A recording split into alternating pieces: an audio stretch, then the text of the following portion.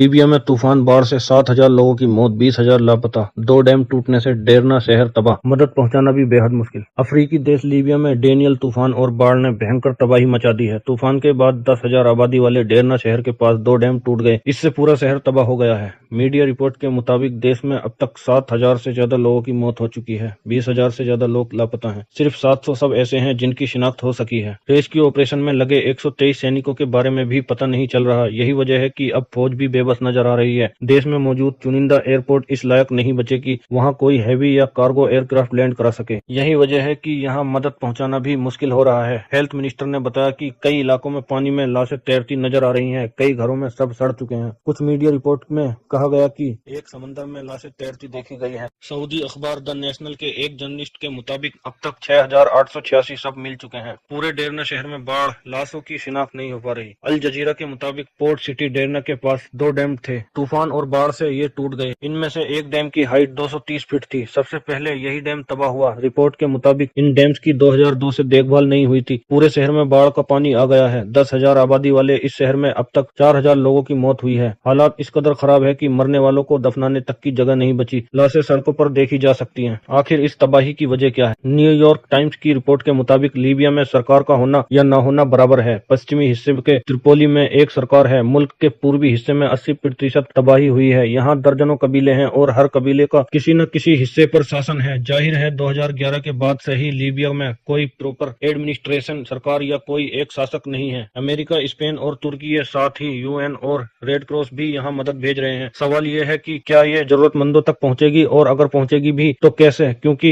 Infrastructure नाम की तो कोई चीज है ही नहीं, और जो थी वो भी बाढ़ में तबाह हो गई। इसी डेनियल तूफान ने पिछले हफ्ते ग्रीस, तुर्की और बल्गारिया में तबाही मचाई थी। वहाँ 12 लोगों की मौत हुई थी। यह तय था कि तूफान अब लीबिया की तरफ बढ़ रहा है। 5 दिन में यहाँ कोई कदम उठाया नहीं गया। सबसे ज्यादा तबाही 2 डैम टूटने से हुई। अब तीसरा भी फटने की कगार पर है। दूसरी बात, लीबिया की ज्यादातर आबादी और शहर समुद्री किनारों पर है। इसलिए जब डेनियल तूफान यहाँ के कोस्टल इलाकों से टकराया तो बर्बादी ज्यादा हुई। हेल्थ मिनिस्टर ने कहा, पानी में तैर रही लाश। हेल्थ मिनिस्टर ने कहा, डेरना इलाके में हालात इस कदर खराब है कि कई जगहों पर तो पहुंचा भी नहीं जा सकता। यही वजह है कि हम सिर्फ अनुमान लगा सकते हैं कि जमीनी हालात क्या होंगे। कई इलाकों में पानी में लाशें तैरती नजर आ रही हैं। कई घरों में सब सड़ चुके और इनकी वजह से बीमारियां फैलने का खतरा है। मुझे लगता है कि डेरना शहर का 25% हिस्सा खत्म हो चुका है। सरकार ने बताया कि आखिरी आंकड़ा आएगा तो शायद दुनिया हैरान रह जाएगी। इतने खराब हालात हैं सिर्फ 1959 में हुए थे। दुनिया के कई देशों ने मदद की पेशकश की है, लेकिन अभी वो कैसे मदद कर पाएंगे ये भी देखना होगा। ना एयरपोर्ट सलामत है और ना सड़कें बची हैं। अफ्रीकन देश लीबिया के बारे में जानिए। लीबिया देश अफ्रीका कॉन्टिनेंट के उत्तरी भाग में 17.6 लाख किलोमीटर स्क्वायर में फैला हुआ है। इसकी राजधानी त्रिपोली है। लीबिया की सीमा भूमध्य सागर, ट्यूनीशिया,